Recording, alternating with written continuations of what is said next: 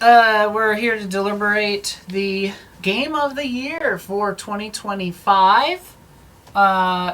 We have narrowed it down, and we have a big spreadsheet here. We've narrowed it down to the three of us have put in things that we would consider nominating personally. We're going to talk it through. Just a reminder, as we say every year, this is not exactly meant as a product. This is our actual discussion. We're not really going to, we might talk about something like why it would go in a little more than we would need to otherwise, but this is not necessarily like a show. This is our deliberations. So if something is just kind of eliminated unceremoniously, or if you feel like something wasn't deliberated enough, this is our list, and this isn't really meant as a kind of a show. Yes. So please don't be hurt by that. Yeah. But it's just the games that resonated with us this year personally. We did the best we could every year. Yeah. You can only play so much. A lot of us have other jobs, other things. So we play what we can. Yeah. And usually the things we play are the things we want to play. We've hit pretty much all the big ticket items. Yeah. I mean, all of them. But oh yeah. Between the three of us. That's the other thing. I missed we divide one and conquer, or two big but ones. We tried to play each of the big ones. All of us have played. But yeah. Yes. All right. So, what do? Should I alphabetize this? Let me see. I love an alphabetized. So our potential GOTY nominees. Yes. That we have written down, the three of us. Blueprints, Death Stranding 2, Donkey Kong Bananza, Expedition 33, Final Fantasy Tactics, Hades 2, Hollow Knight Silksong, Lies of P Overture, Shinobi Art of Vengeance, Split Fiction, Sword of the Sea, and The Altars. Things might get added, things, whatever. Huber wanted to go through and eliminate things that are obvious eliminations. Yes. Okay. Yes. Obvious eliminations, but maybe they're right there. Still maybe great. Not. Yes. They're all winners. They are. Except in a real sense where only one is a winner. Yeah, but even to be nominated or close to a nomination, just really... That's always my favorite process for GOTYs. I like it even more than the actual winner. Is just all right, who's in the conversation? Yeah. I really do. That's... Thin it out. That's my favorite. So, Lies of P Overture, just an expansion. Usually we try to stay away from an expansion or a DLC or even a remaster. Traditionally, you can always make a case for it. But I just really want to stress how good Lies of P Overture is. It's truly one of the best 10 hours of Souls I have ever played in my entire life. It is a prequel to Lies of P. In Lies of P, you learn about the Great Puppet War, and you get to go back and you get to learn and see a lot of that. It's all killer, no filler. Some of the locations are a zoo and a manor. Ooh. So awesome. Also, what is her name? It's Leah something. Leah. The legendary stalker. One of your favorite characters of all time, Isla, you don't even know. She's the legendary stalker. Her presence looms large in the original game. Oh yeah, I loved her just from the trailer. Amazing. I was like, who's that? Oh my God. I want to go to there. 10 out of 10 character, and I love how you can learn about somebody in a whole game and never see them. And then now you get this DLC and you actually get to see her and interact with her.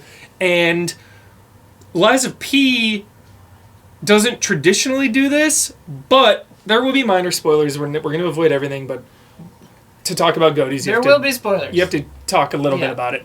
One of the boss fights, you fight alongside her. Oh. And it's just so... Call me when you can play as awesome. her. I know. I think you might be able to get her outfit. I think you can. But she is a 10 out of 10. And then just what they added, the pander is real. They added a shotgun arm called Cataclysm, and it is insane. It is insane because you can like blast it. It's like a double, triple barrel shotgun. You can like blast it, or you can do the charge up. And if you charge that thing all the way up and release, it is like boom, like the craziest blast you've ever seen. So, yeah, just a big shout out to Lies of P Overture. I mean, the original game came out in 2023, and this came out in 2025. Like, they were so passionate about this. They love their fan base. They're just such a good dev team. Sequel is already in development. I'm just so happy where Lies of P is. And Girl Pinocchio. Yes. Well, do it. We saw some. Play as Leah. We saw some teases at the end of the original that potentially teased other fairy tale type things, and one of them is a girl. So. Is it Alice in Wonderland? Alice in Wonderland adjacent. Yeah. I dipped into Alice Madness Returns the other day. Hell yeah. Sick, dude, sick. We can drop it. Okay. So just cut it off. Eliminate it. Murdered. Yeah. Also... Found dead by Michael Huber. Sword of the Sea. I think it's right there. Not quite there. Talking about Sword of the Sea now, Damiani, how it's almost a GOTY nom. It's really close, but I'm not confident, like, quite putting it there. One of my favorite games last year, though, still. But I feel like everything in that game didn't come together in, like, a magical, oh my god way. It was, like, really good music, really good hover sword stuff, doing tricks, exploring. Yeah. A little bit of cool, like, lore and narrative. Nobody really talks, but you can find these stones that have, like, lore and story. But, like, everything just didn't kind of, like, you know, it didn't have that magical connection, like a Journey or something like that, where it's like, wow, all of this together is making this thing. It was a lot of different elements were awesome. I played it for a few hours and really enjoyed it. Yeah. And then, like, you know, got distracted with other stuff, whatever, and then, like, kind of just didn't go back to it. Yeah. But I really enjoyed what I played of it. Yeah. But yeah, I would probably say... Cut it. From what I saw. Yeah. It's, like, right there. It's, like, grasping for it, you know, because it is so epic. Yeah. Shout out to Austin Winnery for winning that Grammy Award winner. Hell yeah. Yeah. I mean, yeah, the music. The effect of the water, like, under the sand is just so gorgeous. So cool. Like, having all of this sand and desert and hot, you can, like, feel the heat, but then having all these, like, big water areas and just, like, kind of going in between them. Yeah, that is awesome. So pretty. That is so cool. For sure. So definitely cut those. I mean, I only put 3 on here, so they're not the ones that I would remove. Talk to me about Shinobi and Split Fiction. Because Split Fiction I did not like. Wow.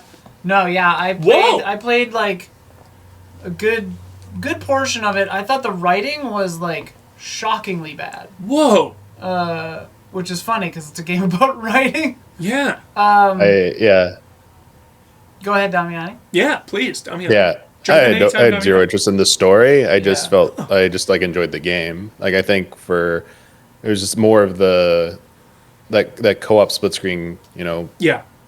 They nail, like, and they did so many, like, new things. It was way better than their previous one. It Takes Two. It Takes Two. It Takes Two had slightly better storytelling. Definitely. It wasn't great, but, like, it was better. No, way better. It had some really good gameplay moments, but this one, they just, like, ramped it up a lot more. I felt like this was just more enjoyable, especially it just, like, focused in on you need to work with your co-op partner and handle these tasks, and we threw out a lot of things at you that are, like, varied and different, and I felt like it felt more satisfying in that regard. And there weren't as many cool downtime moments as It Takes Two. Like, I specifically remember that, like, winter town in It Takes Two, where you could just, like, it felt like there's so many things to interact with. There's, like, that Halloween, like, themed like town, where you had to you do activities, but you could also, like, mess around a little bit. So and that was like the extent. That was like the extent. It felt like the biggest extent of, like, oh, there's, like, a kind of like a nice, you know, take a knee, enjoy some things moment where everything else was like kind of pushing you forward. Mm-hmm. I mean, they had a lot of variety. Like the variety was much very impressive, and I variety. think they did it. It was a very fun. Nothing felt frustrating to me doing it. And honestly, yeah, there was like the one thing I thought was gonna be frustrating. It was like the one where you put into like that it's like not Tron like, but like you put into like a game and like you have to like it's like the color stuff. Yeah, you get it was the a little gun. bit like that. Yep, and I was like, okay, this one I was worried, but it ended up not being too bad. Yeah. Like it was still enjoyable, and like I think we only like failed it once. Damiani too. Shout out to the last like hour of that game being the most insane thing. Like one of the most insane things of the year. That's why I think it should be at least mentioned. Maybe not nominated. I agree. But the finale of that game, like jumping through the worlds, the final boss, really good bosses. I think it's boss is kind of well. I like the parking mechanically it was attendant. fine, but like The parking attendant boss was my favorite, and I thought that writing was, really good. Just like just the disses that it would say, be like you're double parked, and it's like throwing cars at you, and yeah. So like all of that, I think it did very well. The and gameplay I think stuff was elevated, was really good. but it fell short of It Takes Two, and like the other areas. I felt like, and I mean, Brothers is one of my favorite games ever. Yeah. Like, totally. Yeah. I think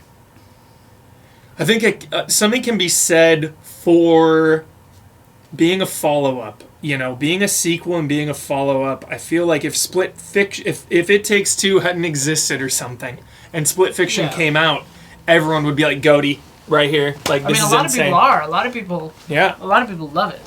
It is their goaties for a lot of people. It's an easy game to take for granted, and I never try to do that with sequels and follow-ups. But there was definitely something to be said about the story not fully living up to what they had done previously. A Way Out, It Takes Two, Brothers. I know it's different studio, different story, but yeah. So, you know, for better and worse, like expectations matter, history matters. But yeah, I think the gameplay was better than all of them. So it's tough. It's really tough. I'm really torn on Split Fiction because part of me sees it being like such a 10 out of 10, but then another part of me is just like, I had a good time. Moving on. Yeah. The best, the last thing I said about the story is there was that moment where you get the one girl's reveal about like is it the brother or the one where you get like the reveal about what happened with them, the traumatic moment, and I didn't feel like anything for that. I felt like it was just done it wasn't done very well. I agree. And I played through this with Kyle Bossman, and I played with Blood. He had the same exact reaction as I'm like, this wasn't very well done, right? Like, am I just like not feeling emotional? And he's like, this was not. I was like, yeah, they did not do this part very well. And I'm like, yeah, like this is supposed to be like this big, powerful moment, and this is not done well, and I'm not feeling anything. It's not good. All right, Easy Allies, let's cut it. I can cut it. We're getting into the tricky ones now. Talk to me about Shinobi Art of Vengeance. Is that staying? Shinobi is also a borderline case. I can go either way, but holy shit, it is good. This is the only one on here that I haven't played. Don loves it. Damiani loves it. I love it. Yeah. What do you think, Damiani? Where do we stand here? I just think because we have Hollow Knight Silk Song, and I'm gonna back that one. That like, there's not to say there's a rule that we can't have two similar type like Metroidvanias on this list, but considering the impressive kind of breadth of genres that are probably gonna make our list, and we're trying to be a little bit more selective, I do think like this kind of like, I don't think it beats out Hollow Knight Silk Song. They're both Metroidvania, so it's like I don't see it getting a bump. It's more impressive for like, coming out of nowhere, Shinobi, like doing this like amazing style game, and it's like, wait, what? Shinobi? I mean, they've been good ones in the past, but like this is like the reinventing yourself image that like a lot of these older franchises are coming back. We've talked over the past few years how some of them have done this, coming back as either like a beat 'em up Metroidvania, like a roguelite, like just picking one of these great genres that are so popular and kind of evergreen.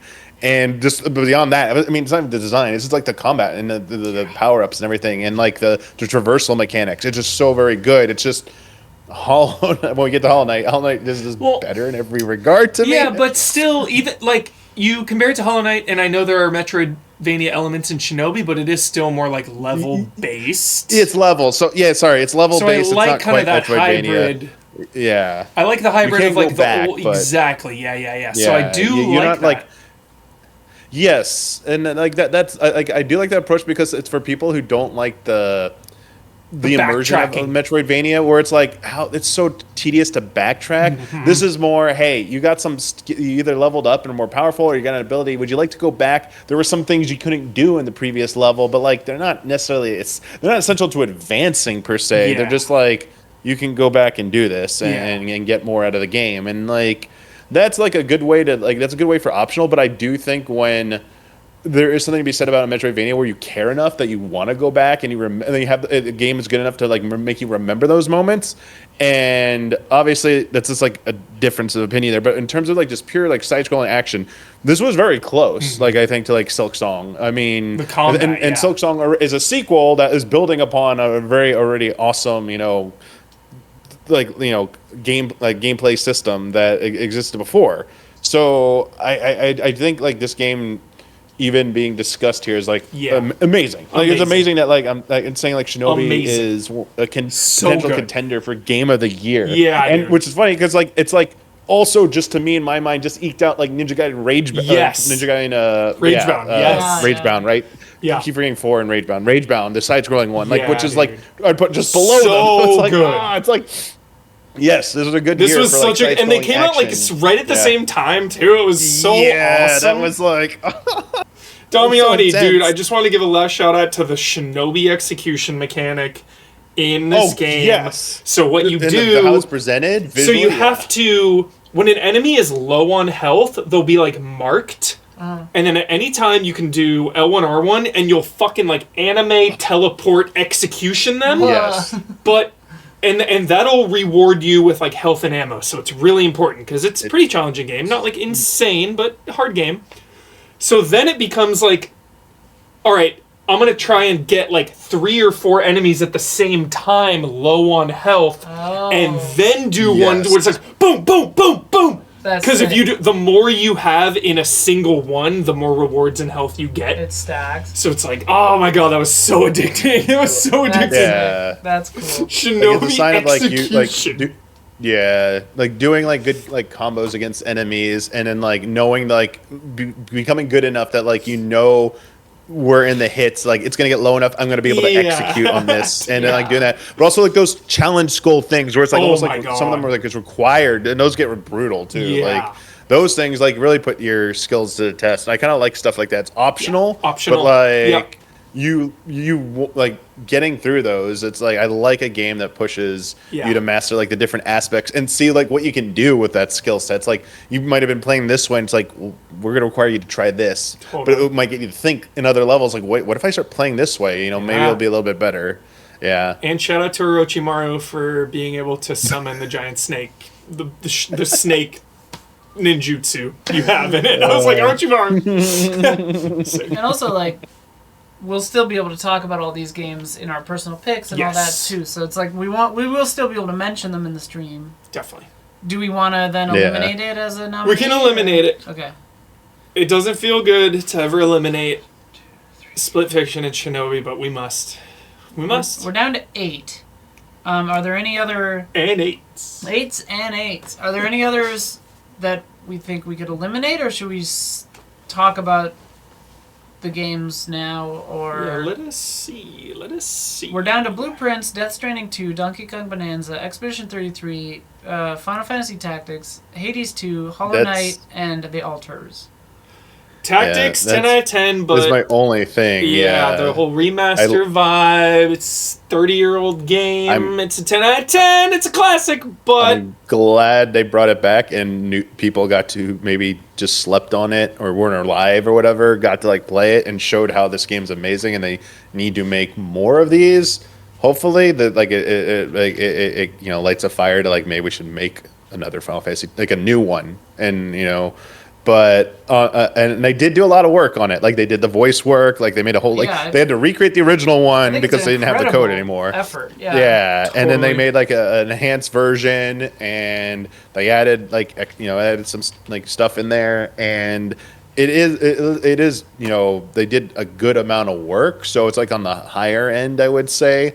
Yeah. But I trying to remember the last time we picked like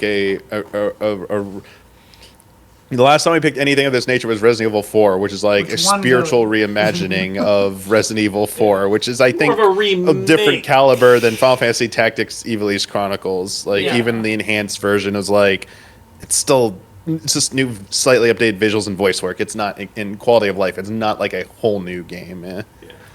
So you say you want to eliminate that too then? I would probably, yeah, Okay.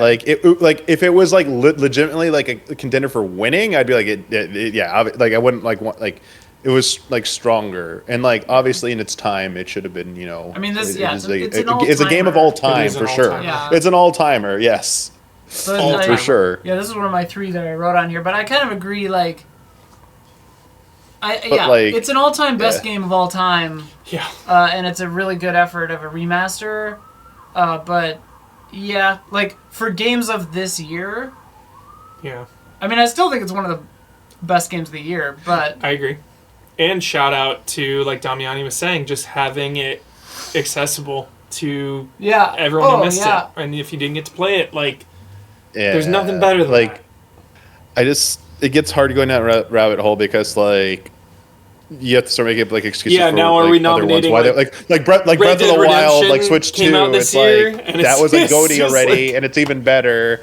Yeah, But yeah. like those games got its dues, and Metal Gear Solid Delta Snake Eater, which Yeah. is like Was that good? just was almost really about good. as old. I haven't bought it yet not 'cause quite, you know, a few. I don't feel like paying $70 for. It was really, really good. Yeah, but like For Snake another Eater, it's like copy damn, of what are the, Snake yeah, that's like my only thing. It's just I Yeah, we can think a chop lot it. of people didn't We can didn't chop get it. to play through Tactics, so The still fantastic. completely unrelated, but we've been playing through Elden Ring Seamless Co-op, and I want to make a mod for Elden Ring called Improved Ladders, where anytime you go on a ladder over a certain length, it starts playing the Snake Eater theme. That's all it does.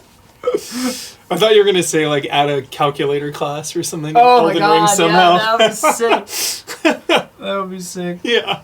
Damiani appears to have had to go deal with the cat. Okay, he's back.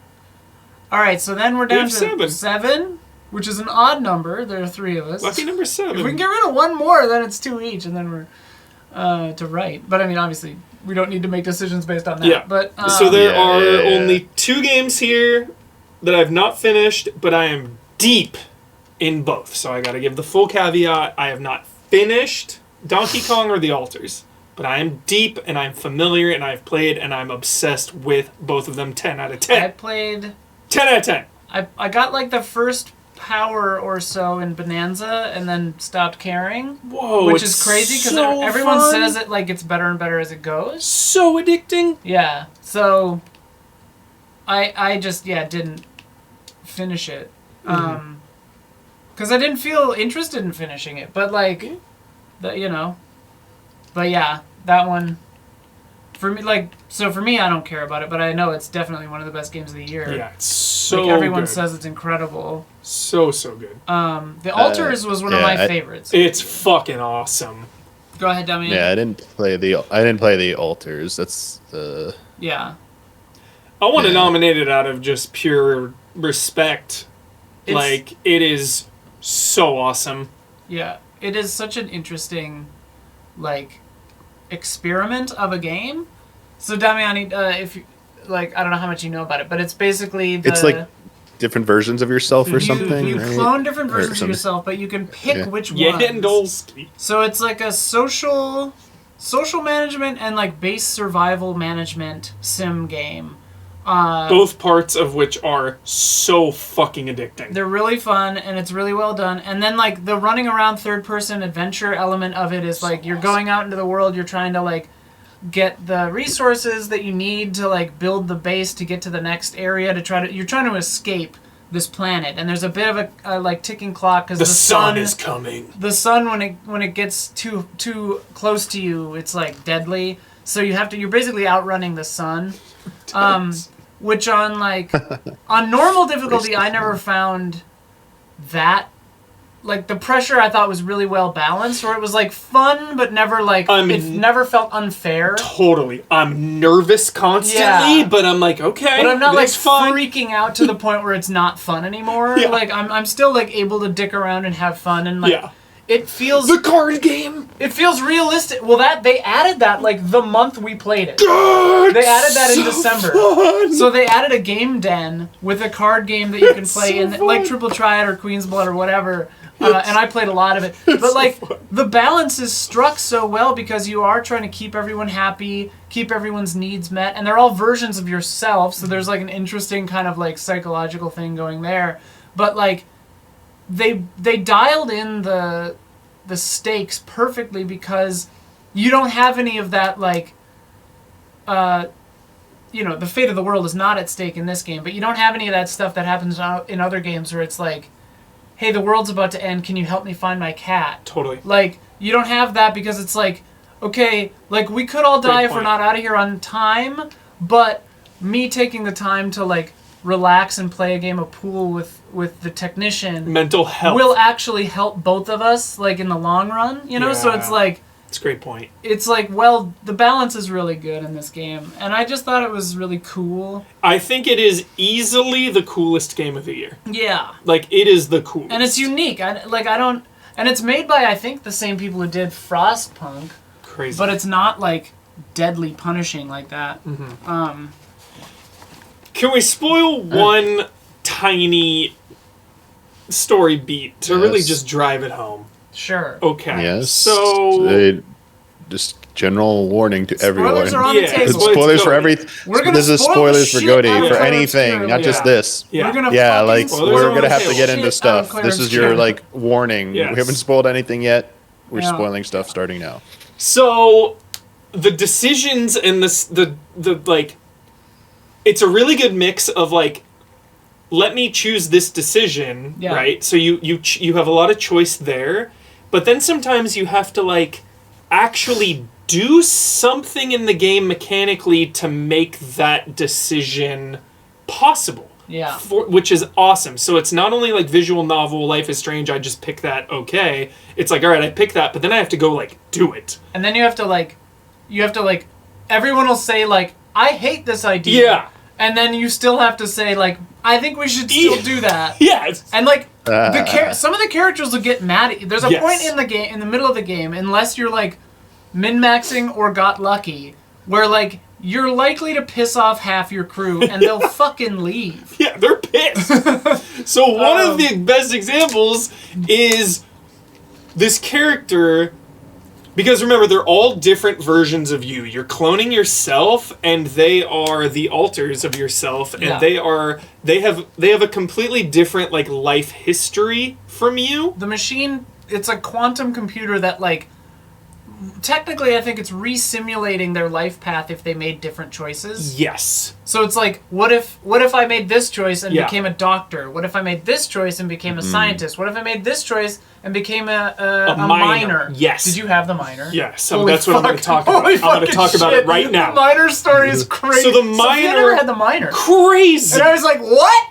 Like, I come back, there's just blood everywhere. Dude. I'm like, what the fuck? So the miner, he lost his... Spoilers. Yeah, the miner lost his arm in, like, an accident. But when you make him... He's a copy of your body. Yeah. So you have both arms. So he has his arm. And then he's just like, it doesn't feel right. This doesn't feel right. Like, phantom pain vibes. So all of a sudden, days later, he fucking cuts his arm off.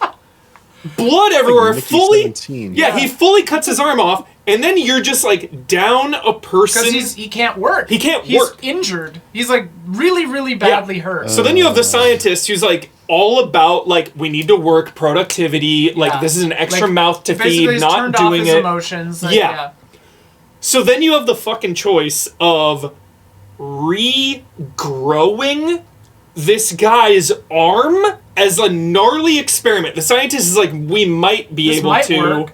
I don't know. Yeah. Or you can give him a prosthetic. So, which is a sure thing and takes less time. Like, crucially, there are choices where it's like, this choice will take more time and eat up more of, like, the scientist's research time instead of researching other stuff.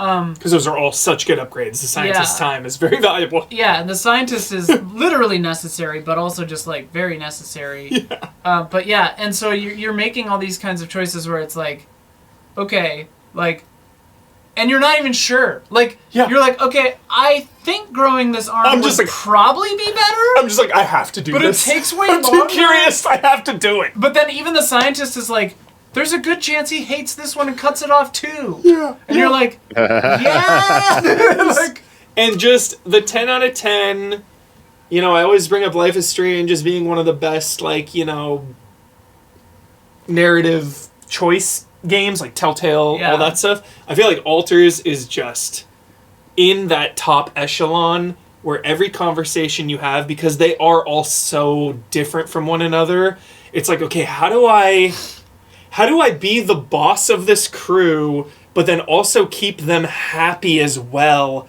So just like a lot of the dialogue choices are so realistic and immersive. It's just, it's just so great. Well, they do a really good job of differentiating each of the characters. Mm-hmm. Shout out to Alex Jordan, who did the voice of Jan Dolsky. Crazy. All the versions of him. Crazy performance. Incredible like, I think very overlooked. Yeah. Insanity. Yeah. And, like, we've had him here in the studio and, like, hung out with him a bunch at the Game Awards, and, like, he's a really great guy, but, like, I just think he did a really great performances.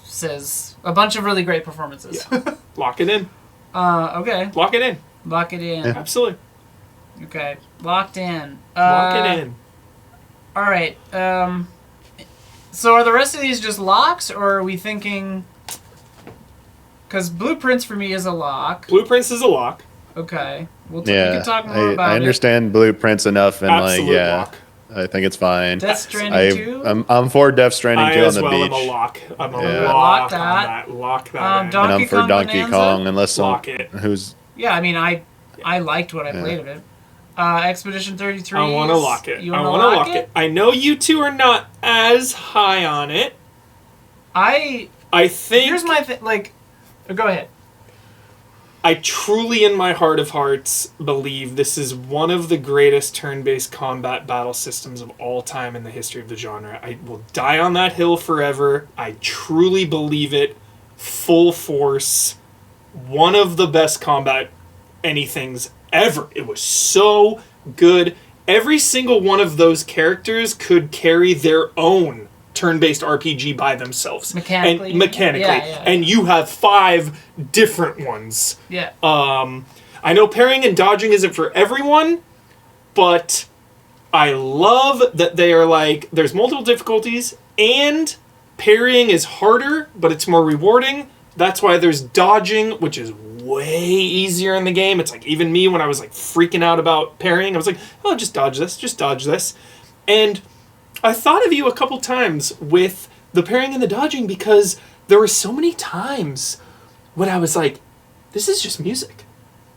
Yeah. This is literally just music. Dodging and parrying. 1, 2, 3, 4. 1, 2, 3, 4. 1, 2, 3, 4. 1, 2, 3, 4. Like, if you have ever... When you know the character, the enemy's, like, patterns. Yeah, of course. Like, the first time you encounter him, you're like, wait a sec. The enemies are, like, intentionally, like, tricksy with their patterns of attack timing. For sure. Like, initially, when you enter a new zone, but the zones are long enough, too, where, like, after a couple encounters, you start seeing and hearing those rhythms. So, yeah, I think the combat is unbelievably good. Free aim is also... Everyone forgets about the shooting, because yes! you can shoot weak points, and there's even, there is a boss where you have to pay attention... The lantern boss, where you have to pay attention to the lantern lighting order, and you shoot them out in the correct order. Yeah, so fun. Yeah. And then... Yeah, there's stuff... And then I also think the Pictos was a very awesome mechanic, because you can equip 3 Pictos per character. They give you, like, stats, whatever. But then if you use it enough time, like Materia Vibes, you unlock it for any character. Yeah, you, like, learn. And then you can, like, you know, you have enough picto Spend points to just kind of equip it points, anyway. yeah. What's Without it called then? It's like Lumina or whatever. Lumina Yes. is what you I thought the use. Sorry, I Lumina- played this when it came out, Yeah. not like you guys who just finished it. I thought the Lumina mechanic, another really, really smart mechanic. I thought the open world also... It's not the best, like, open world map I've ever seen. And I think the side quests are heavily lacking in this game. There's no, like, coherency to it. It was like, here's this optional place. I go in for no reason. I kill a thing for no reason. Am I done? Am I done with this place? Do I come back later? Do I like Did I do this wrong? I guess I'm yeah. done. Like that stuff wasn't the best, but I do think the combat again I want to highlight, and I think the story is really earnest. I know we'll get into the story. We'll get into it. Yeah. Okay, yeah. I mean, yeah, if you want to like it, like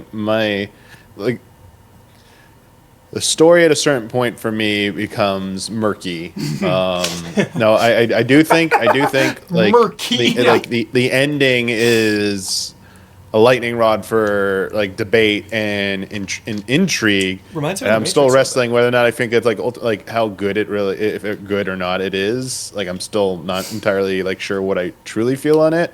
was long On both ending. endings. There's two endings. You can get two endings. And they're both. I think that and they both are. I think this game is missing. I think it's meant to give you both horrible. Yeah, it's. Go ahead, I think Ivalice, this. sorry. Oh, no, I mean I'm sorry. I'm interrupting Yeah. you, but No, we're I all- think this game is missing A true ending. a true ending. And a post game. I know. Yeah. Sorely So lacking. there's okay. Well, there's I mean, there's not necessarily a post. It's game, not but, a like, post your game. stuff- It kicks you're you to the probably main supposed menu. You're probably supposed you can go back to when you well, load they back in. You added can this, go I think, back. later. Yeah. But yeah, the thing that Because sorry, that wasn't because there when when I I played beat it, they had this. extra stuff That wasn't there was when meant I to be finished. just meant to be done when you've probably be in the game. Yeah. It doesn't expand anything, but like it's supposed to be. Anyway, the Act 3 is where I feel like the world actually feels like a world to explore. Sure. Up When you get until the a point, flying. it didn't feel like there's like, and it's like doesn't really give you any direction. It's like you do have an ultimate objective, but it's like you could go try and go there now, but there's all this optional stuff, like all the places you couldn't get to anymore. You can now go to them, but like they're also like kicking your ass. Like where do I actually like? There, it's like a weird. Like I feel like it's trying to invoke like the World of Ruin and Final Fantasy VI vibes, where it's like, okay, now I have this freedom, and like where do I really go? And shit, if I go and it's go over here, it's like a little too difficult. Like what is like the one place I'm supposed to go? Where's a good starting point? You're like kind of figuring that out, but also. The side quests there, I think, like if they're even called, because they're all technically optional. Those are the ones that were the most meaningful to me. Because if you do some of the other ones, you get like the full. This might have been added after the fact. So the version I played, you can do this extra content where you get what happened with Clea and what was going the endless on with tower, Clea. the endless and tower. you can get the Simon stuff, and you can find out what for finding out what oh my gosh. Verso's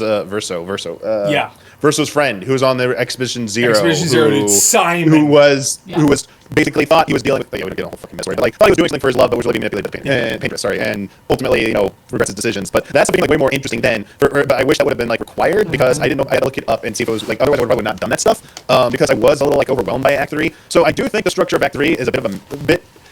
I don't think it nailed. I don't think it's delivered quite as well. I think it was kind of thrown in, and it could have used a little bit more finesse. And then like the biggest problem I have with the story on surface level is I don't like when the rug is pulled out from under you. You find out the true nature of everything. I think it completely destroys the value of the world of the characters like Eskia and Monaco and anyone who's like a creature that's from that world. I want to care about them. I want to care about the locations. I've been Act 1, and then most of the leading up to it is like, oh wait, what? This is not the story. It's something else. Like I was like, I knew there was something going on, but like I expected it to be something completely else. And when I did this, I'm like, this is like to me is like one step removed from like it's not this. It's like it was all a dream and like cliche. I'm like it's like we put Death Stranding, we put Donkey Kong. Like they looked like they've been moved over to the not like the confirmed indie list. But we really didn't like say much. Yeah, no, we didn't say much about them, so people might be wondering like, okay, well, you just said they're on there. Yeah. Death Stranding 2, like I was very lukewarm on Death Stranding 1 when it came out originally, and I thought it was like okay. Unless it's on. Oh, I haven't done anything. Weird. Hang on, I'll check. I didn't touch anything. There's the headphones. Never mind. Sorry. Okay, I was gonna Continue. say. I was Sorry. I was very lukewarm on the original one. So when 2 came along, I mean, it looked like it was doing all the improvements. I never played the director's cut. So some of the stuff in 2 is a product of director's cut, which of 1, where they tried out some of these ideas and they just rolled them into 2. So it's not all completely original. But having jumped from vanilla 1 into 2, I was just like shocked by like the level of like improvement that game had. They made it feel like it had meaningful combat and stealth combat as well. It was a threat, dude, every time. I played this game on Brutal because I think it rewards the difficulty better than any game in recent memory. Because if you do a lot of these quests on Brutal difficulty, you get Legend of Legends badges. You don't you can change the difficulty at any time. You don't need it. It's unnecessary. But, like, I love at least the game acknowledging, like, you pushing that extra difficulty. So just every encounter, Damiani, I was like scared out of my mind, but it made me appreciate those long stretches of no fear, no combat, no enemies. I'm up in the mountains. I'm just like traveling across a lake. Meditative. So meditative. I forgot to bring that up in that trade-off. Like, yeah, they did that. I felt like they did a really good balance of that, of like allowing you to progress by building infrastructure, doing side quests. After you like kind of conquered some of the threats in the area, then you could build out. Yeah. And then they also provided you like there was just a lot more tools at your disposal, and either carried over from director's cut, or added for this version specifically for like scouting out areas where you do have a mission. Like you could it was the Phantom Pain basically. It was like you could scout everything, you can mark everything. Sorry, cats are going crazy. 75% of those items are optional too, Damiani, which is another incredible element of this game. Kojima's just like, hey, half of the fucking players are never even gonna see this stuff. One of my favorites, Isla, straight out of Total Recall, is the hologram thing. You can throw a thing down, activate it, and it's a hologram. Yeah, the distracted so hologram. Cool. Yeah. There's like, yeah, the research, you get into that stuff, like when you unlock like what you can, the tools that you can have at your disposal, and both like the fact that they allow you to use lethal stuff now. Yeah. Like you can technically use lethal, but also give you like a lot of like the non-lethal variations as well. And when you get those versions, like the sniper one, like trying to get the non-lethal sniper with the silencer, and like even when I finally got it, I was like, this isn't really that great, honestly. Like I found other things, vehicles, like. Oh man, having just having the different range of vehicles in this game and transporting stuff and hauling it over. The double grapple on the vehicle, dude. Just like picking up all the loot. You're just like so yeah, like that was like my go-to. I was like, I don't care about weapons. Like, just grapple. But like I was like the greatest thing ever. I was like, just grab it up, dude.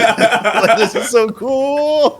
But like having like the monorail system and like easily like allow you to like travel across long distances, and then like having the missions that have like the expiration dates like on like the time missions, like it felt like you needed to actually like either one, explore the world and path out, or spend time building up the infrastructure. Like this game just consumed me with its infrastructure. Like I was obsessed with wanting to build stuff and got so angry when I saw the cost. Like was it the one material that was always freaking in short supply? Oh, the like ceramics or what was it? Ceramics. There was ceramics. And then like you finally get, but like there's like the mining facilities. Like you can improve. You can unlock those. You can increase the yields on them. Like this, all these systems just played into each other, and then they would always have a mission. Like when you get to like the next major when you arrive in Australia, because you start the tutorial area is Mexico. Like you get reacquainted to like the Sam and what's going on, and it's really like a tutorial area. It's like I was like, man, this is feeling just like one with like a few new things. But then two, when you get to Australia and you get to that second part, we have to go to like that enemy ravine. It's like if you haven't built any road, that part sucks. If you don't have any road, because there's so many enemy bases of threats back to back to back. And it was like I felt so rewarded by spending time building out those roads, and like it was just like. You're talking about. We had a question on the podcast about like games that made you like feel like you're meditating. This is the game.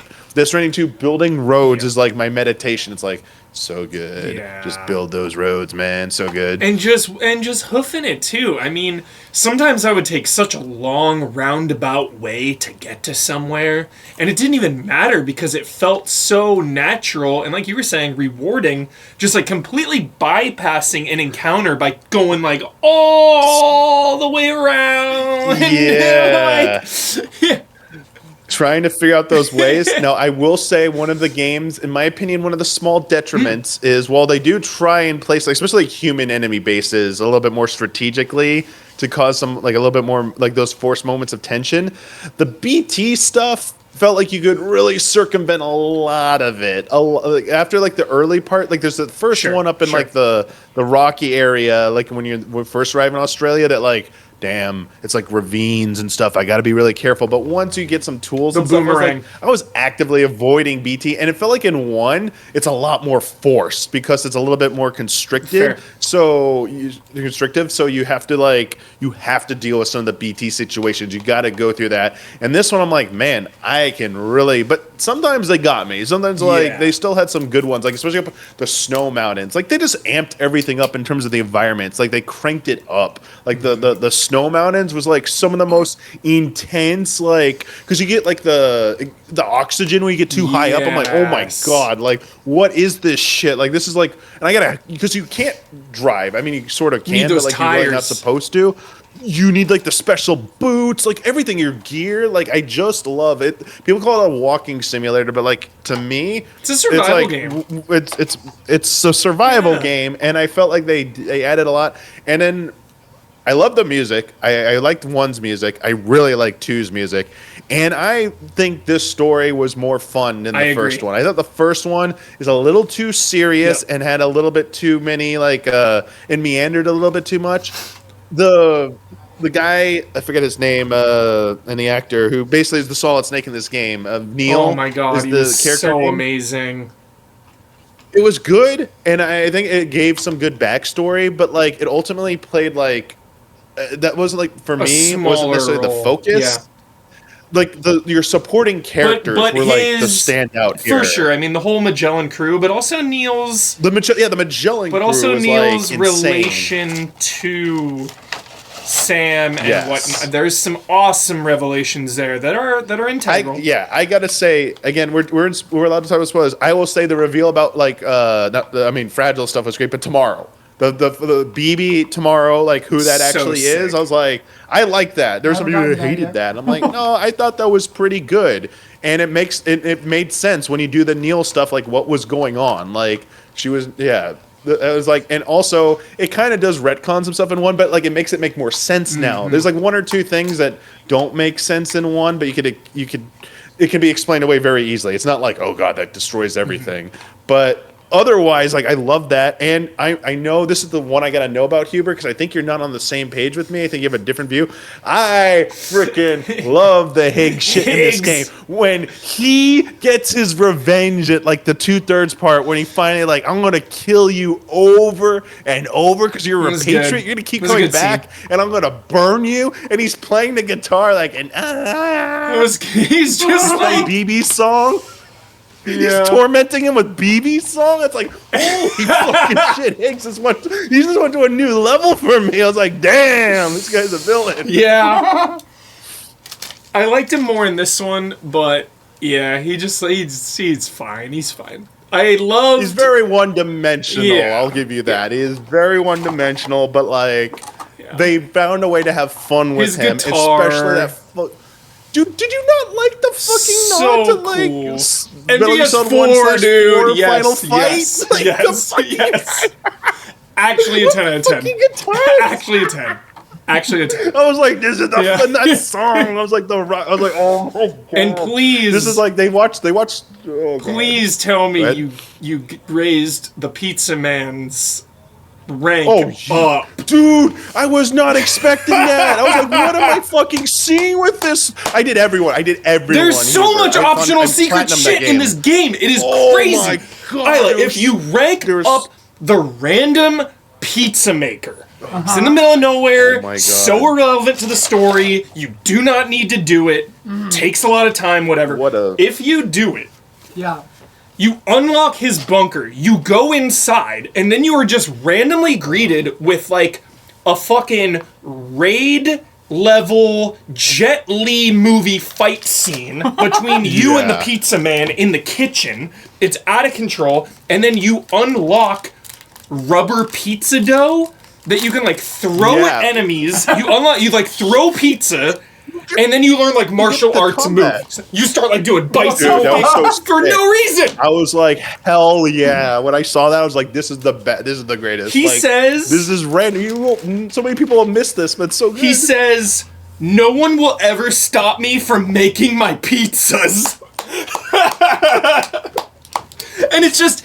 And it's it's that in a nutshell. It is like, we are dealing with real grief. Yeah. We are dealing with, like, real issues of loss and what it means to keep going in spite of loss. And then you also have the fun pizza man doing backflips. Like, Kojima's ability... Like, I feel like the Kojima formula was absolutely the best it's ever been in this for how serious and lighthearted it was. It was he's always been so good at blending that. And this was like him at his best. This game is about they're trying to tackle PTSD and like as someone Kojima who like works a lot of like war veterans and stuff, like, you know, has like heard so many of those stories and tries to be very delicate about it. I mean, that's the big thing. Like, I was so, like, we said, like, you know, seeing Gustav killed in Expedition 33 was a sad moment. Like, BB fucking dying. I was like, are you shitting me? You're killing a fucking baby in this game? I was like, are you fucking shitting me? I was like, no, this is bullshit. Like, but like, I was believing. I was like, I was with Sam. I'm like, oh, BB's really in there. Like, there's something going on. There's some supernatural shit. The scene where when he gets to Mexico and you have that conversation with Guillermo was so good. So good. Real deal. I haven't finished this yet. I loved every second I've played of it so far, but I haven't finished it yet. Because I got sidetracked. Sorry, like the doctor. I'm loving this game. Yeah. The doctor who tries to confront you about, because they know how you're supposed to confront someone with like delusions. You do not like rip it off. Like they will go, they can't deal with that. But like how they ultimately try and like deal with like, we need to tell Sam that like, that that's not BB in there. There's nothing in that fucking thing. The baby's dead. And it's like, so dark. Oh shit. Like, yeah, like this game gets fucking like depressing as shit. And not just that, like I said, the Magellan Crew's backstory and like Tarman the fragile and his shit kid was like, and stuff and just that was depressing as fucking the fragile shit. Like, yeah, I won't say the fragile stuff because like she's my favorite. I won't spoil that. That one's really, I think that was really good how they handled that. Yeah, but the whole crew. Otherwise, like the Higgs stuff is goofy shit. Yeah. Like it's funny and like he was better. Wait till you see. Wait till you see the dance sequence. So many good ones. Oh my god. The dance sequence. You will know exactly what that is when you. I'm so the dance sequence, a character reveal to a dance sequence. And you just and there's so much of it. Like I brought up the difficulty and how he rewards you with like the badges that are it's meaningless. You don't do anything, but it's like, oh cool. Like I know I did that, and it's like I love the sense of discovery in games when it feels like you're the only one seeing something, and Death Stranding has so much of that by like building up the bonds of each base, and then he's like, okay, here's this game-changing tool that you got for spending an extra, like, many hours to, like, raise this rank all the way up. I just love that kind of stuff. It feels so special and fun, because there's so many games where it's just like, all right, everybody just goes through it, and we're all on the same line here, and we all go through, and that's cool, but, like, I love when it's like, no, let me do this extra thing, and it's like, oh, okay, it feels personal, you know, it just it feels personal and special, and he's really good about that. And last thing, shout out to just the Magellan itself, like a mechanic that allows you to like fast travel basically, and like further streamlining, but there's a penalty for using it. Like if you use it to do any of the deliveries, you get like a special you Yeah. cheated rank, basically. Yeah. It doesn't Gives give you you like a like D or whatever. yeah. Like, automatic Yeah. D. It's like you fast traveled. Yeah, it stamps it with the Yeah. Magellan logo. Yeah. And it's like, Yeah. you're not supposed to do it. And but it'll warn you. Yeah. It'll always warn you if you've got something. It's like you Yeah. can't really do that. I think but, two love things didn't hit the highs that I was hoping, Damiani. Two big things. One of them was the weather and like the earthquakes and the floods and stuff. That was irrelevant. Completely irrelevant the whole game. Didn't matter. Yeah, that stuff wasn't too The flooding big of a early deal, game. honestly. Like, you don't have what- the the tools to deal tutorial. with it. Like Yeah. in Mexico, when the Yeah. flooding happens, you're like, oh. Yeah. Because like And then it just never matters. One of my favorite things with this is like plotting out your whole Yeah. course and all that shit. Like I fucking love that. I know. But like I had plotted this entire course and then it started raining and I was like, well, Shit. I blew off the second half of this plot course. Like I guess I gotta just go through this fucking camp of raiders now. That's cool. Yeah. So like yeah. Yeah. You get fun moments like that. The other thing, And then the animal rescue didn't pay off as much as I wanted it to. oh, you didn't like I that? loved the Yeah. idea of it, but there was a It's disconnect really just like there. that one There was- key mission, and then like the churches, Yes. members were Yeah. they ran the conservatory, the animal conservatory. I think I wanted a little It more was- like tangible gameplay stuff, maybe. Like A zoo on the Magellan. like there is a place where you can kind of see the animals, but not really that you Yeah. save. It was mostly. I'll be Yeah. honest. I had a hard time seeing some Yeah. because I would actually run over something and they'd yell at me. I'm like, I didn't even see that damn thing. Oh, Like, no. I mean, come on, what is going It on? is- I can't. Oh, like, there's no. so. Like, how am I supposed to see? is- If you kill any wildlife, you get yelled at. Yeah. in this Oh, game, for sure. so, I like, definitely haven't gotten Yeah. that. It is insane when you like capture a kangaroo. You like wrestle it down, like shove it in a bag, like Jesus. yeah.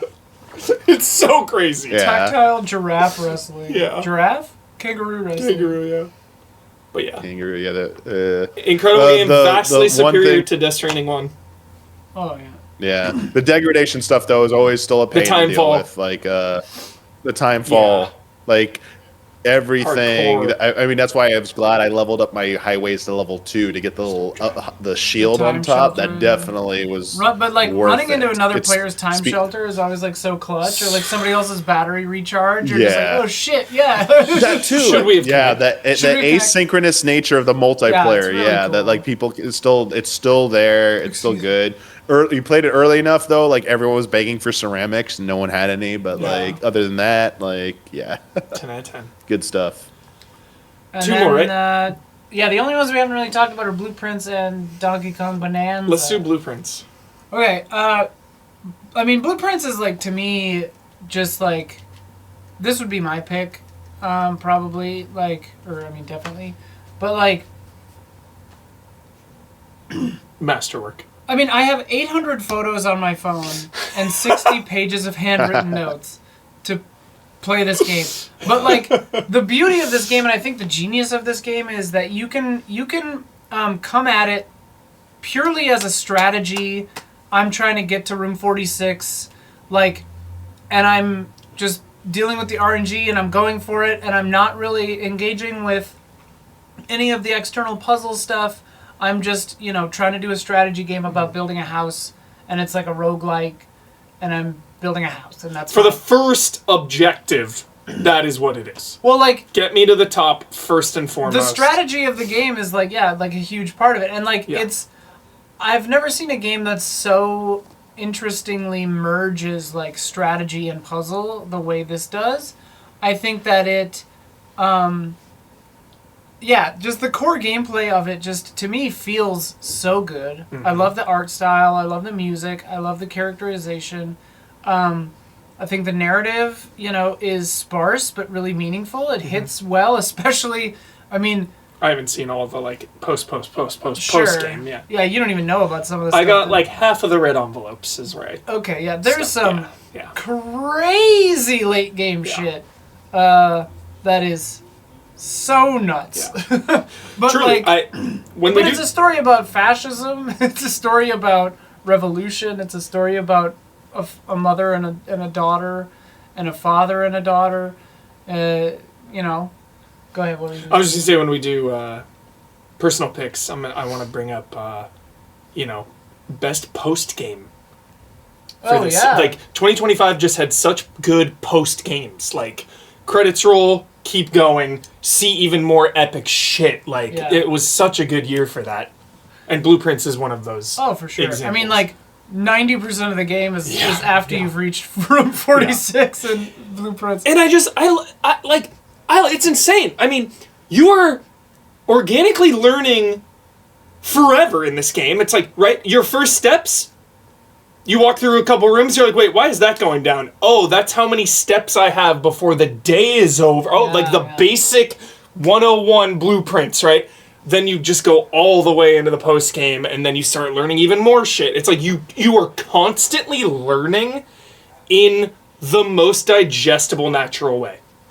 Yeah, and like every room, just about every room has like 2, 3, 6 different meanings, and that meaning might change depending on where you've placed the room. If the room is oh my god, like on the fringes, so there's like a window or something. Oh my god, like, the technological. This game is a technological marvel as well, because like the amount of iterations for every single room is insane. Because like if you put the same room in the middle of the house, it has no windows. If you put it on the right side of the house, it has windows on that side. If you put it on the left side of the house, it has windows on that side. If you block a door, it does that and that. Like there's so much like going on under the hood in this game that it's astonishing that it works as well as it does. And like there's so much you can learn to reward you as the player to like manipulate the RNG, change your luck. Like you have a lot more control than it seems like you do at first blush. Like you can fully learn good economy. how you can great economy. You can learn how to do the house. And I think, like, really, really rewarding permanent upgrades. Oh my god, so rewarding. And that continues for so long. Yeah. Like, the first stuff where it's like, okay, you've unlocked the gems, like, you get bonus gems every day. You've unlocked the allowance, you get more allowance every day. But then, like, later on when you start, like, removing crates, or, like, doing a bunch of other secret-y shit. Busting holes through walls! Yeah, like... changing rooms forever. Digging up things with the shovel. Yeah. finding places in random rooms you can dig up that you never thought you could dig up. And like, why would you dig in the laundromat? Who knows? But like, all that kind of stuff. Like, there's the density of and it's lightweight. Things going on to like simplicity of play. Yeah. Like, you understand the basics of the mechanics of this game almost immediately. Yeah. And yet, you have 80 hours of stuff to learn. Yeah. And, like, I think that it's so rewarding in that. Like, literally the only negative I have about this entire game is that due to the nature of the game being find your own path, kind of find your own thing, like, there's not... Unless we just as a society haven't found it yet. You never know. They're still discovering Red Dead Arkham City secrets. No, the creator of the game, like, who we've had on stuff, like, I am almost positive there are secrets in this game that no one has found There's yet. gotta be. And, like, that he will never tell anyone. The exact order of rooms, but, like, the entire mansion. So, like, 30 rooms in the exact spot that needed to happen. Some stuff... Yeah. There's some stuff. There's some stuff. Not exactly like that, but there's some stuff. Yeah, put it, like, or once the order you have to go through rooms in. Once you have to really, like, put rooms next to each other, that was, like, a huge light bulb, like, oh my god moment. Like, there are so many moments of that in this game. Stuff, like, I don't know. It, like, but the only kind of, like, the caveat to that is that, like, and even the game kind of says this at one point, where it's like, there's a part you can get where it says, and this is a bit of a spoiler, but like,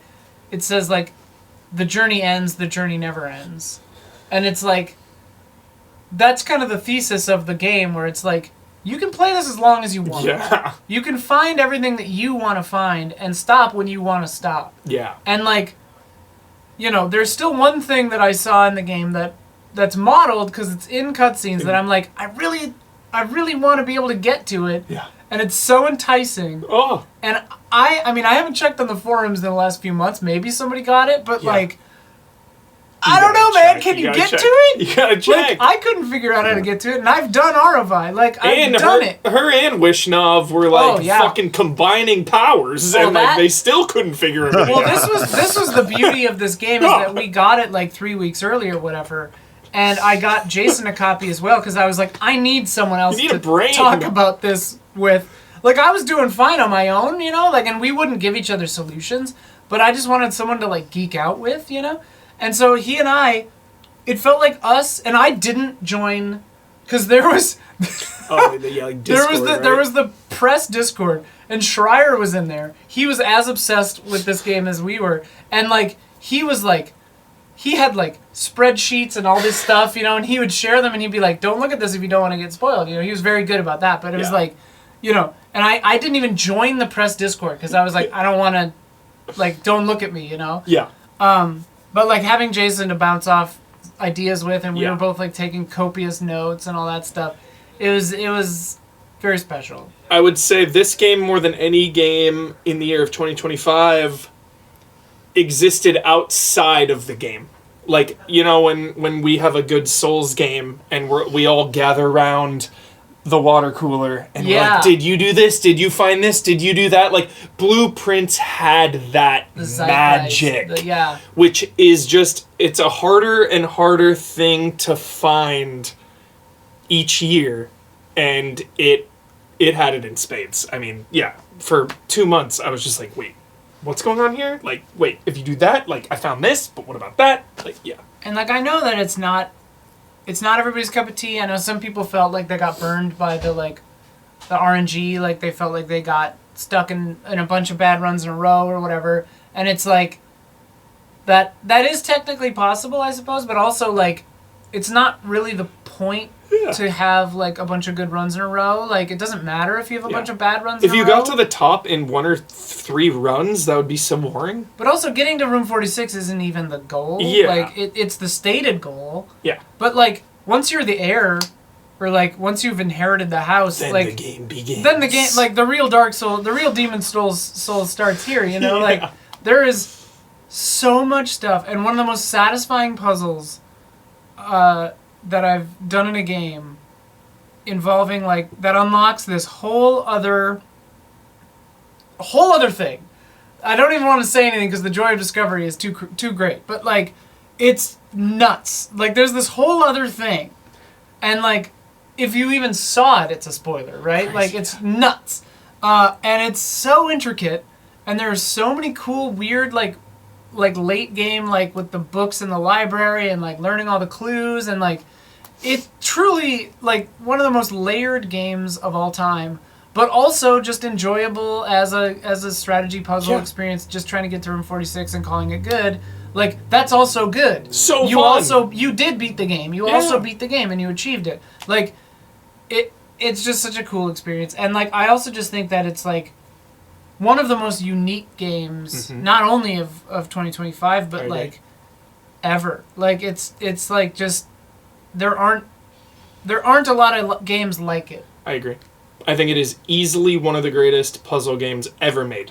Full stop. Yeah. I mean, it's I definitely put it up there with, like, I would definitely put it up there with Talos Principle, Portal, Outer Wilds, you know, Myst easily. Yeah. Like, I just think it's a truly phenomenal video game. Yeah. And it's just, like, really cozy. I just love being in that house. The den is my favorite video game location of 2025. Yeah. Obsessed with that den. Also, speedruns of this game are really fun to watch. There's a good race that they did at GDQ a while ago. I mean, like, the, like, legit fast speedruns, you can get to 46 in 2 minutes by, like out of bounds clipping under the mansion and then just going up. It's crazy to see. Crazy. But they did a legitimate bingo where it's 2 people trying to get bingo by, like, achieving certain stuff. Oh my god. And it's so fun. It's so interesting. Yeah, anyway, Blueprints, I love it. Same. It's a 10. Yeah. That's another 10 out of 10 video game. Hell yeah. Unbelievable. This year had some of the best in genres. You know, Metroid Silksong, one of the best Metroidvanias ever made.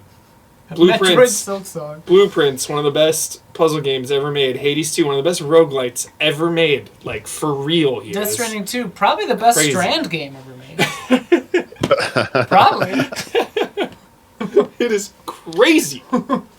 And you know how I feel about Expedition 33, one of the best turn-based combats as well. It's just crazy. Really great combat, stapled onto It is crazy. a decent game. All right, Damiani, unless you have anything more to say about Blueprints. That 10 out of 10. That's the long and the short. I always love too the what's the first room in the side there, the garage, the shed. Outside? Oh, the yeah. shed. Yeah, You pick your the item or whatever. Outer room. Yeah, that's always fun. Picking Yeah. like your starting item Oh, or whatever. That there's a lot Yeah. going on with that room. Yeah, there's the fucking like it goes down into the tomb, yeah. Yeah. Oh my god. There's a lot going on with that room. Oh my god. There's a lot going on with that game. It's crazy. Yeah. Bonanza's Coins and the keys. Yeah. Bonanza's the only one we haven't talked about. I mean, I will say, actually, sorry, one thing is, like, that's really funny about Blueprints, where it's, like, really good reward for, like, knowledge, because it's knowledge-based, Yeah. largely. And, like, my favorite games are, like, Outer Wilds and that kind of stuff. But it's, like, the feeling of, like, you start off the game and you're, like, worried about running out of steps, before you get to this or that or the other thing, to later on when you have... Too many steps. There would be runs where I had, like, 300 steps and, Yeah. like, 600 gold and, like, a bunch of, infinite gems. Yeah. And, like, I was just like, this is my house. I can go in. It's like, because I understand how the house works and I can do whatever I want. So Like, cool. I live here, So It's wonderful. Cool. It's like a great progression, rewarding your knowledge. there was when that came out, every night before bed, I would do 1 or 2 runs. Oh, for sure. And it was like one of the most memorable times of the year gaming. It was just so divine. It was the best. I'm really happy you liked it. Oh my god. Best. All right. Hit us, We Damiani. haven't talked about Bonanza. Bonanza! Yeah, I was just impressed with Donkey Kong Bonanza. I mean, it always looked amazing, but I think it over-delivered a bit for me in terms of just like it did everything it said it could do. I was like kind of doubting it a little bit, but in terms of like just being able to just destroy almost everything you want and how it impacts the levels and just the level of like interactivity, exploration, and freedom you had in that game. But the thing is, I wouldn't call it a true 3D platformer. It was more, it was a 3D action, action game, like an action adventure game. Sorry, straight up with light platforming elements. No, there is definitely platforming, but like it's nothing like a 3D Mario game, or even a tropical like, isn't it like? Yeah, it's like not about the precision of platforming. It's about like combat and some light traversal. But yeah, it's about like the using both your animal friends and the power ups you get, and like the amount of things you just can do in each level. I mean, yes, you're digging down, but like don't let that fool you. It's not like you're underground like in every level. Like it feels like underground vibes. Like one of the first levels is like a tropical park, like a water park essentially, or like not a water park, but like water theme lagoon, with like area. like looks like rigs and like a ship, like an oil like ship or whatever right there. Like it's kind of crazy. Like, and that's the thing. Like the environments, they get like really crazy with their themes. Like even one of the late ones being like a disco like dance area or whatever. It's like, wait, what is this area? When like it's like it feels like it's like I think it's like diamonds all around, whatever the hardest material is, because it's like just really challenging to break. And that's one of the things they do. Like they have like the different layers that you break. Like DK has all these abilities and his punches and his kicks. They break through like really easy stuff at first, but things get tougher. You need to like power up. Like you have all these different things you can choose to power up, whether it's your punches or your different animal companions that you get. That like it's your special, like the Bananza Super powers Saiyan. basically, and you turn into them, and you could power those up, and like they range from like just like being more combat heavy to like I can glide across most of the level now. It's like this is an ostrich or whatever the bird one was. It's pretty cool. I thought they had like pretty good boss fights that made use of those Bananza powers as well. And then, like, yeah, the collectathon. I didn't think like the collectathon was like overbearing, because I think back to like the rare days, like Donkey Kong 64. It really wasn't like that. This actually had the injection of like you could feel the Mario, the 3D Mario team behind it, because that's who made this game. It was that level of like fine balance between becoming overbearing with collecting versus like. It just feels like you're getting such immediate gratification. Like there's just so much to do. It doesn't feel overbearing, and you can move on. It's very easy to go back to an earlier area if you really need to. But like it is all about like just go where you feel like you want to go and explore and see if you can do this. Is this even possible? Can I do Damiani, that? I don't understand how Nintendo does it with like this and Mario, where it's like every 10 steps you take, you don't even realize you're on another task. You're just like muscle memory. Yeah. Like somehow you don't even know how it happened. All of a sudden you're doing something to get a banana, and it's like, okay, I guess I'm doing this now. And it's just like there's zero downtime. There's no downtime. Yeah, I mean, like all the little charming touches they do, like even like every like Nintendo collect like game like this, like Mario or Donkey Kong, you have like a signature thing when you get like Mario gets the star. He's always like done some kind of thing. This one, Donkey Kong's like, oh. Banana. It's like, yeah, that's like every time I was like saying it with them, like, yeah, I love that. I mean, getting the little rest points you can, like the economy, like whether you want to like buy extra power ups or build your little like checkpoint house where you could sleep and you have like a conversation with Pauline, who is joining you along with this one, like having like a tag team. Jolly. It doesn't even feel like it's like not even an afterthought. It's so natural how they interact. It's like. If anyone had any worry that like, oh, I'm gonna have to like, it's gonna be weird to like juggle these two characters, no, not at all. Like they're basically one and the same, and they even throw in like really awesome, tasteful like references. They literally did the Sticker Brush Symphony level. They brought that back from Donkey Kong Country 2 and made it's 3D, but side presented in from a side perspective, so it's side scrolling. They got a new version of the song in there, and it's like they do little like throwbacks like that. The final boss is a major throwback as well. I mean, they did a lot of really cool stuff in this game. The music's like I love the music in this game; it's phenomenal. And then like the best part is while the environments are very like those are like, as Huber and I were saying, like not collectathon, but like there's just so much to do. It feels like you're just always stepping on some kind of objective. They have these like Bananza specific challenge environments that you eventually get to. Not when like later on in the game, you unlock your power by doing kind of like a tutorial in them, but then like an enhanced version comes like kind of towards the end game, and it's like pure like obstacle challenge. It's like pure mastery of each Bananza power. That stuff was really well done. Like the Mario Sunshine challenge rooms, but they're like much bigger, much more involved, and they are they have a little more purpose, but they look like they're just like out there. It's like, what is this? Is just like looks like N64. I was like, this looks like an N64 environment, not in visuals, but like how the layout is. I'm like, this would look more appropriate on an N64 game than this. But like, whatever, it is what it is. But it's fun. The whole thing, it's fun, and it gives you like a lot of like, it really tries to see how well like each of the Bananza skills. Yeah, I mean, I feel like I might be forgetting like one or two things, but ultimately, yeah, it was just like really good, and I felt inclined to try and do everything in it. Yeah, yeah, it's just Nintendo at their best, and I feel like when Nintendo first party hits, like nothing hits that hard. Where it is like, all right, here is pure concentrated fun into your brains and eyeballs and your heart. It's just like the best of it all. Mm-hmm. You're just like. You feel like a kid again. It's just like the love of the video game, and Donkey Kong Bananza really speaks to that. The last thing, there is like a little bit of like a puzzly element to it, like how you use your skills to tackle certain like things. There is a freedom in that. There are some that like they're like challenge environments you can go into as well, where some of those straightforward combat. One of them is like a Wreck-It Ralph type thing where you had to destroy a building, but like you got to figure out like the optimal way to destroy it, and then like there's bonus conditions for it too. So I love how a lot of these challenge things have like in bonus conditions, like just either straight up beat it or beat it within a certain time, or find like the secret room that's like you got to go get. There's like just those little extra things they do in there that just add up to make it like so. How's great. the amiibo support, Damiani? I didn't touch the amiibo crap in this game. Like, no. Good.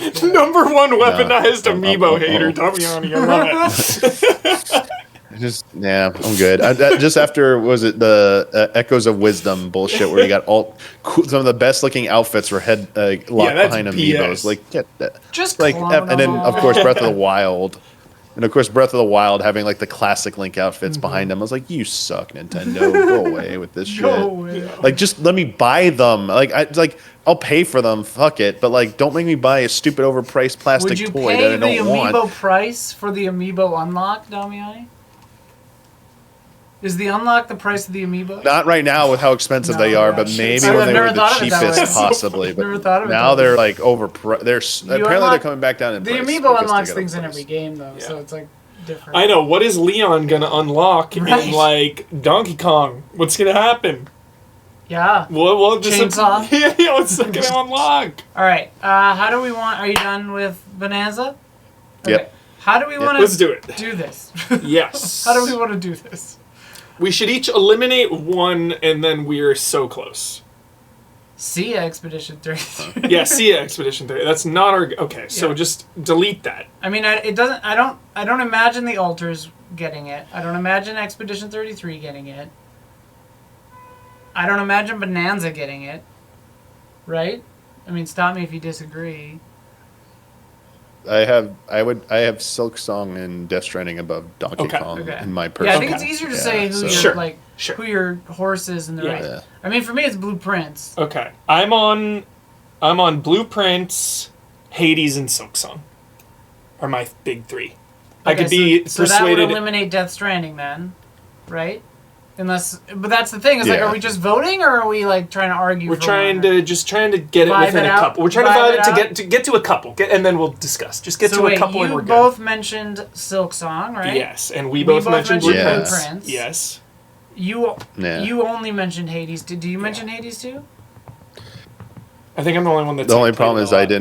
didn't finish. I only played the early access a little bit. Yeah. I thought it was really good what I played, but I didn't finish it. So Blueprints are a Silk Song, basically. I mean, this is where it gets tricky because it's like I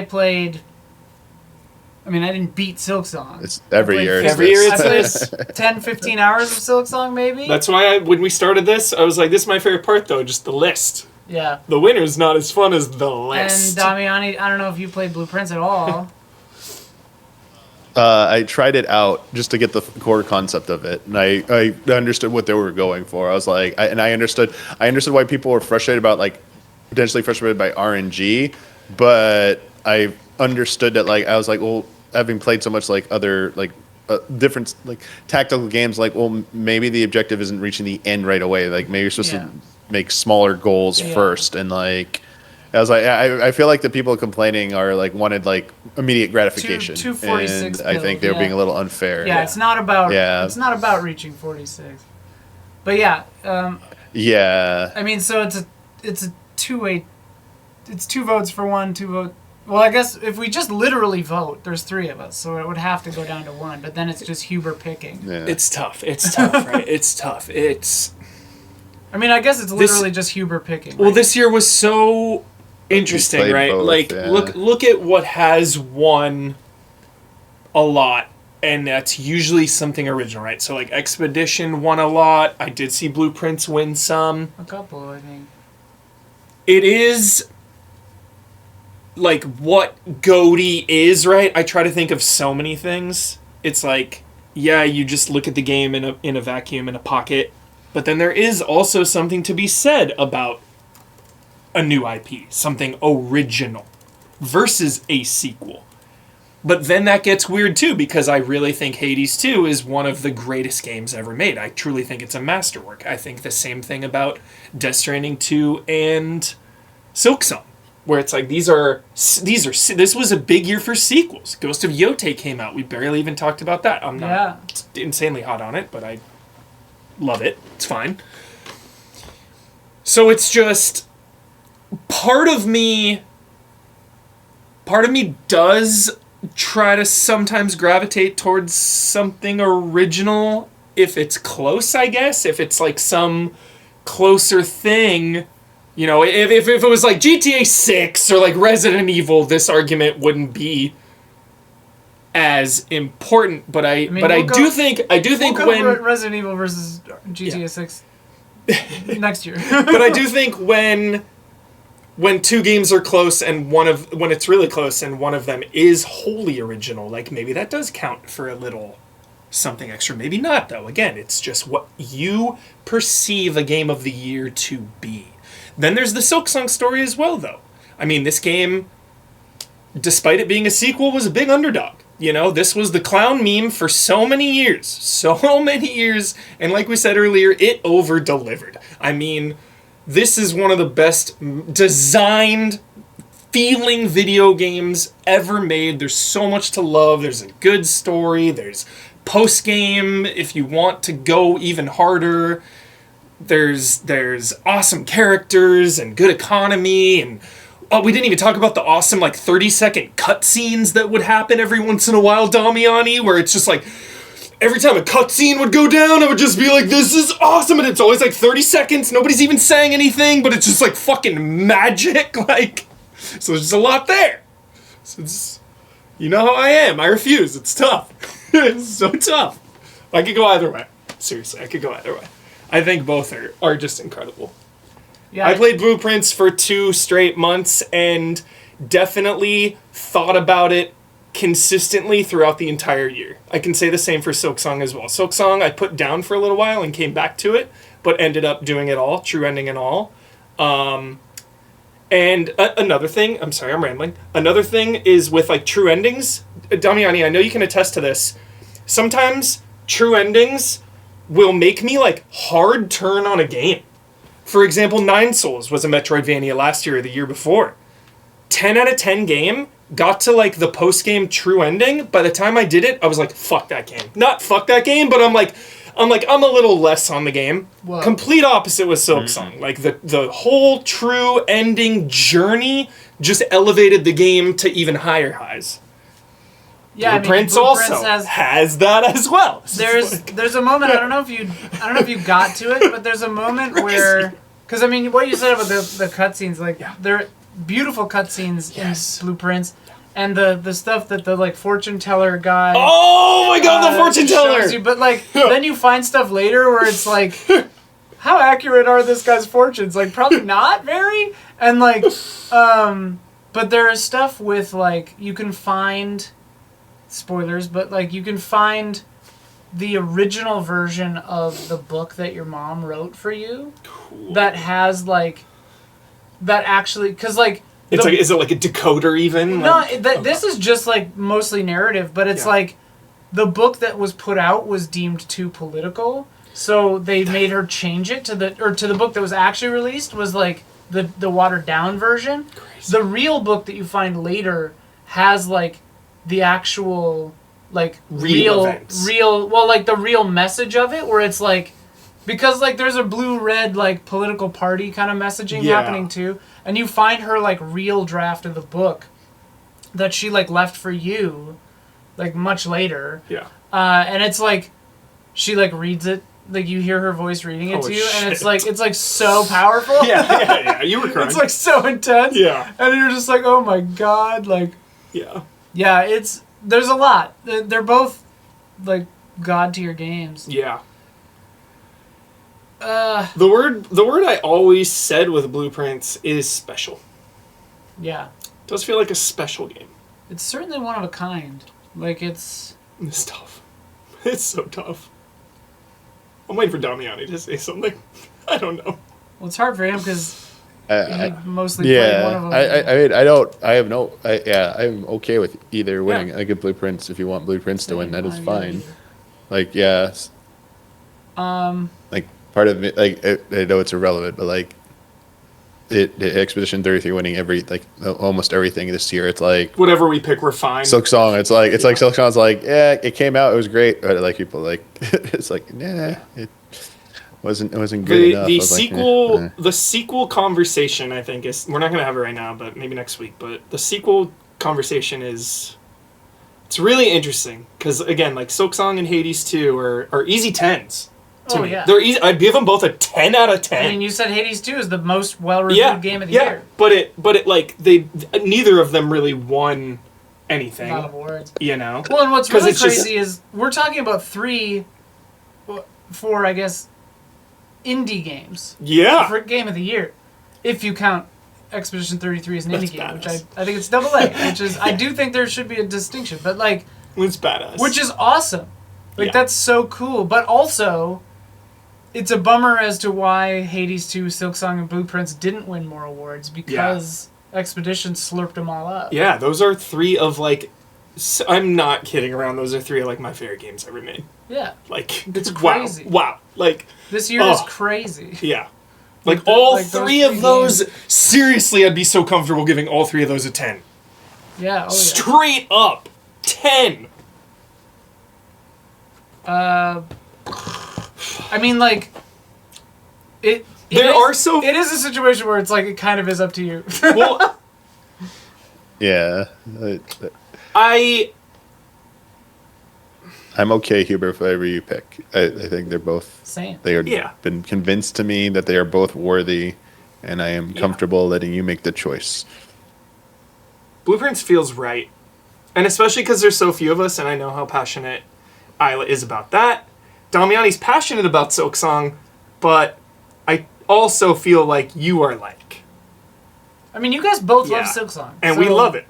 But also, the sequel argument, you know? And it's like it refined. You know, if you want to play that argument, it's like, all right, it perfected and it refined. It gave us an even better Metroidvania than Hollow Knight. It sanded off some of the edges and gave us an even better game somehow. But like, for Blueprints to feel so unique and to like look at this. Like, Puzzle Master, Puzzle Newbie. And yet we both found ourselves completely in love and obsessed with this game. And like, to be able to design a game like that where it's like, yo, you can take it Isla deep, or like, yo, I gonna got crazy about yeah, this it's like, yo, I'm gonna tap out here, like credits roll, do a bit more, get my toes in. All right, I'm starting to, you know, tread water here. I'm starting to get a little water in my mouth. I'm gonna back off, you know. But that doesn't mean that I don't want to like ever go back. It was like you were saying, just Yeah. with all the games, it's like, all right, at some point you do have to move on. Yeah. So I do think it is a masterwork in terms of being a puzzle game for everyone. And what a hard genre to make for everyone, a puzzle game. Yeah. You know? I feel like Portal, right? Yeah. Is one of the other big ones that comes to mind in terms of like accessibility for everyone. Yeah. The So Witness kind of. yeah. I mean, and what's amazing about this is like Silksong's like 6 people. Blueprints was I think at most 8, but usually like 3 or 4, but mostly just 1. Like, it's fucking sick. It's a fucking 10 out of 10 Just game. kind of a side thought. I realized It's a fucking 10 out of 10. so few people making them. Blueprints! Okay, Blueprints. Blueprints! Okay, great. Blueprints! Huber hath decided. 10 out of 10. The best. Awesome. Sick. Straight up. All right. Straight up. In my personal top 3 of the year, for sure. It's probably like my number 2 or 3 behind Silksong and Hades, but I think it's a goatee. I think it's the better goatee. You know what I mean? Okay. Yeah. Okay. Remember, Confusing. but remember, okay. separating favorite and best. Yeah. You know? Yeah. That is what I try to do all the time. Sometimes those overlap really well. I just think Blueprints is a perfect puzzle game. Are you okay with that, Damiani? Mm-hmm. Okay. Fuck Yes. Cool. Well, We did it! Thanks for watching this, everyone. If you watched it, We did it! we have to figure out our writing assignments, and We that's love that. Us and Eurogamer. Yeah. It's our favorite To website. PC Gamer, give it to. Oh, they might have. They might. It was like not many, but a few. They might have. Those are our goatees. Hope you enjoyed that. Patreon. There's only 3 of us. And I thought we did a damn fine job, everybody. So I hope you were pleased with our discussions. Please don't be mad at us. We went into all of the heavy hitters. Maybe we missed a few. We didn't talk about Yote, but we'll talk about those next week for sure. Some of the things that were not mentioned here today will be mentioned, but these were our absolute most important nominees for Game of the Year. We didn't leave anything off that we thought should have been nominated. We covered them all. So if you don't see a nominee here, chances are we'll talk about it next week. And if not, we just disagree. Yeah. Or we will have talked about it on our personal pick stream, which you can watch because it's already happened by the time you're seeing this video. There it is. Thank you, Isla. I knew there was some scheduling thing. Yeah, this will go up after all of that. Yes. Yeah. Okay. Yes. All right. Thank you, everybody. Patreon.com/EasyAllies if you don't hate us by this point. Bye.